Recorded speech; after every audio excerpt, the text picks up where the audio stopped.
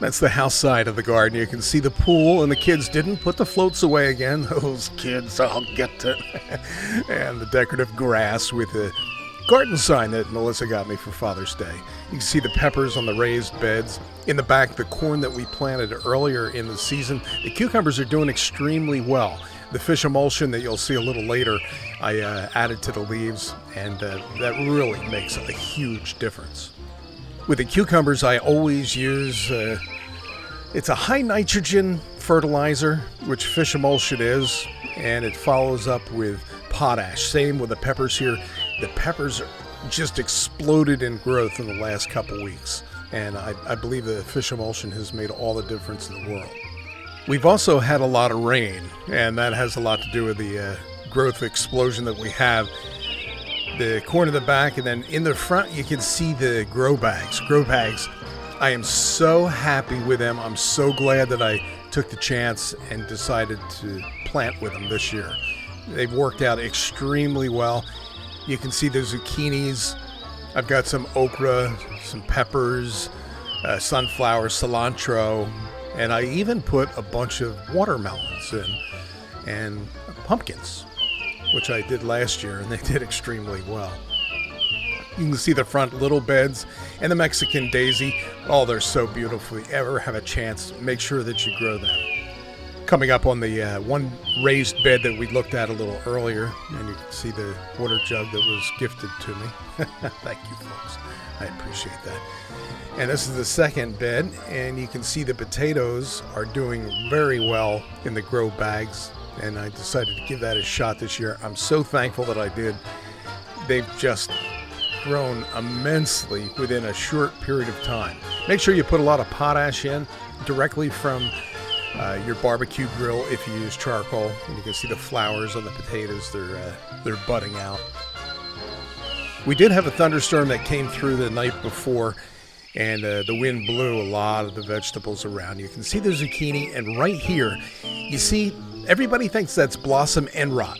That's not the case. All that is a zucchini that wasn't properly pollinated, and that's going to happen every time you'll see a little flower with a little zucchini, and if it turns brown and dies, it's not blossom end rot. No, it just hasn't been properly pollinated. I have been getting plenty of zucchini off the plants, so it is a banner year for them in my garden. I don't know about yours, but I planted them early, and I've been getting zucchinis for at least a month now, and you can see how many are on each of the zucchini plants that I have. I make sure that I fertilize often, and you have to water with the grow bags. You water more than you normally would with a raised bed. They dry out a little easier in the sun, so always keep that in mind. And you can see some of the zucchini there to the right that I picked earlier in the morning. I love putting them in Good Seasons dressing, marinating them, and cooking them on a charcoal grill. They come out so good. But, as with any zucchini, they are overproducers, and there's just so many that you can eat. You can see the okra, and the flowers on the okra are so beautiful. You can see to the right, little yellow with a little black eye on it, and there's the peppers also in the grow bags.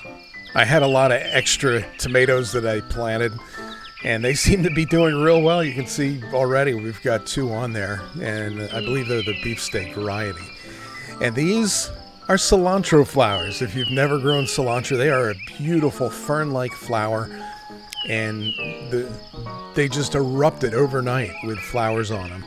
And here's a grow bag that also has cilantro, and I tried one of those mammoth sunflowers. I'm seeing how it holds up, because they tend to dry out real quick in the summer sun, but I use that cocoa coir mulch, and that tends to keep the moisture in.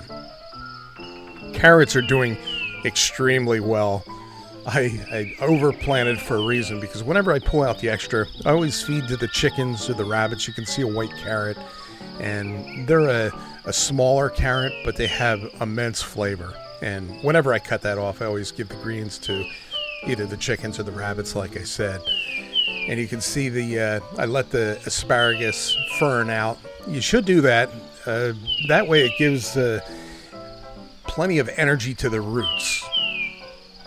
Fertilize, and that way they can photosynthesize, and it does help the root system out, because they are bare root plants, and these have been in for a few years, and I get plenty of asparagus. So towards the end of the season, I just let them fern out like you're supposed to. And here you can see some diatomaceous earth in the romaine. I haven't gotten around to removing the pea plants. I still have a lot of peas on them. I've got to remove them off, and I'll wind up feeding them to the chickens like I did the other. But the winter snap peas, I still get the pods off. Oh, you can see one of those cucumbers, those wild cucumbers. They're known as a burr cucumber. They are horrible. And a couple of tomato plants that I just threw in a couple spare garden bags. They seem to be doing well. The corn is outstanding. You can tell it's thigh high, and it looks like mid-July we're going to be having a lot of sweet corn. When the corn gets to this height in a garden bed, it's about time to start bracing it up, because a windstorm come through, it can very easily knock it over because it's not real strong. You can see the pepper bed in the back, a lot of varieties, and then the cucumbers, which are starting to get a little out of hand. I usually try to train them up the trellis, but we had some wind and it blew a few of them off, so I got to retrain them back. But you can see all the different pepper varieties that I have. And you'll see a burr cucumber in there if you get a chance and you have them in your garden. Yank them out quick so they don't reproduce. And the pepper plants are just growing and growing. So I'm going to have an influx of peppers within probably about 3 weeks. And these are the dragon cucumbers. I've had probably 4 or 5. I made some refrigerator pickles out of a couple of the cucumbers, and they're doing extremely well. That's where the other pea plant was removed from, and I'm going to be following up with training more of the cucumbers. Here's the dill. The dill is doing real good this year, and blackberries, or raspberries as it is, that grew from a small little pot that I put in earlier in the season, and they seem to be doing very well. I had a black swallowtail worm on my dill, and I guess the birds found it, because I left it on there for a specific reason. I wanted to watch it grow, and that's not the case. It seemed to disappear, and I'm not sure where it's at. The back side of the romaine, you can see the asparagus, and you can see my pear tree. Unfortunately, my other pear tree had died, so it needs a pollinator, so that's why you don't see any pears on there. The ones that were on there wound up dying off because there's no pollinator. And there's a burr cucumber that I yanked out. And the back side of the romaine bed, and we're making our way around. There it is there, the burr cucumbers. Get rid of them. They will cause your garden havoc. Can you tell I don't like them? And the back side of the pea plants. Oh, and the burr cucumbers, they have a real small little finials that come out to try and grab things, and I'll show you what a normal cucumber finial looks like. And you can see they're a lot bigger. And that's how you can differentiate between a burr cucumber and one that you've actually planted.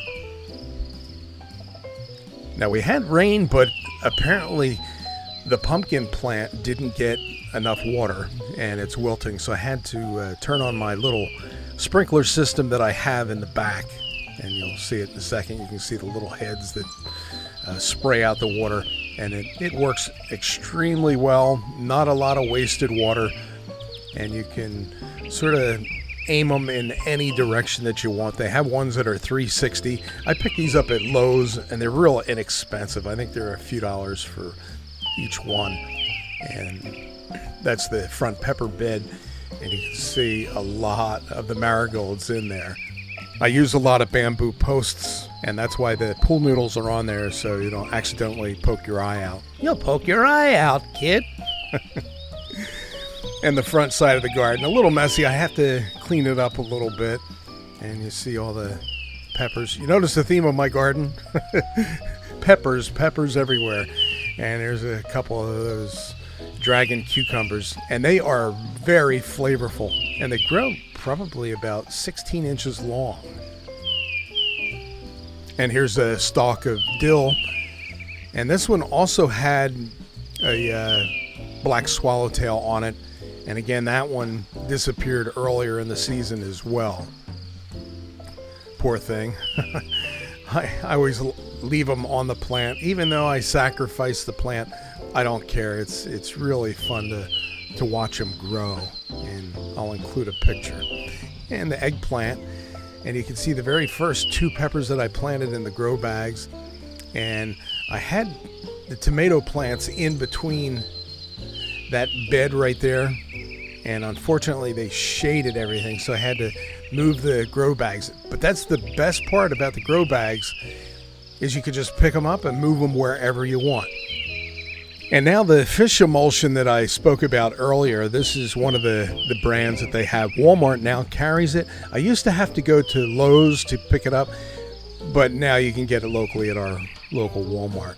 Here's the irrigation system that I put in my garden. Works very well. And the other bed that surrounds my chicken coop, it shields them from a lot of the sun. You can see the sunchokes. Sunchokes, or Jerusalem artichokes, those things are such huge growers and overproducers. And they produce a tuber that's pretty much like a potato, only it has a different nuttier type of flavor, and they hold up a lot better than potatoes do.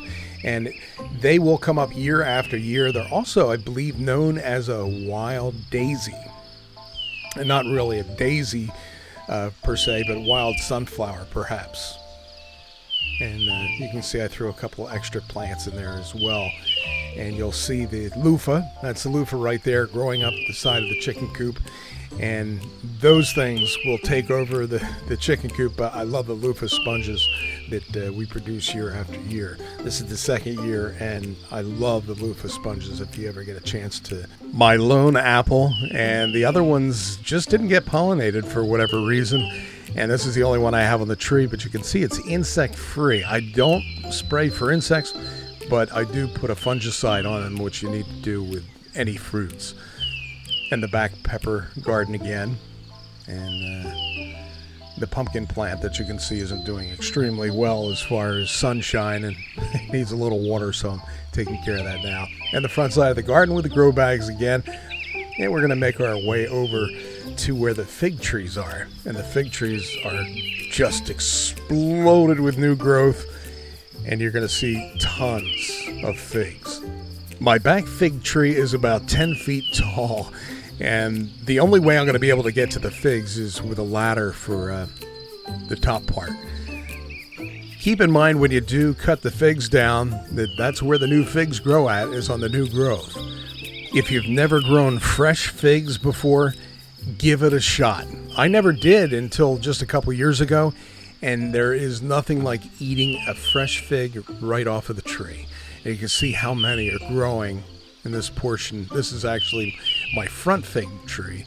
The back has just as many, but there's an explosion of growth, and I've been putting fish emulsion on them, which is just pure nitrogen, and it really has made a big difference. I can't say how much difference it's made over the years. If you've never grown figs, I highly recommend growing them. The flavor is unlike anything you've ever had before. It's definitely not like fig Newtons. And you're going to see another grow bag here with the pumpkins that are on the front part of the house, and they seem to be doing extremely well.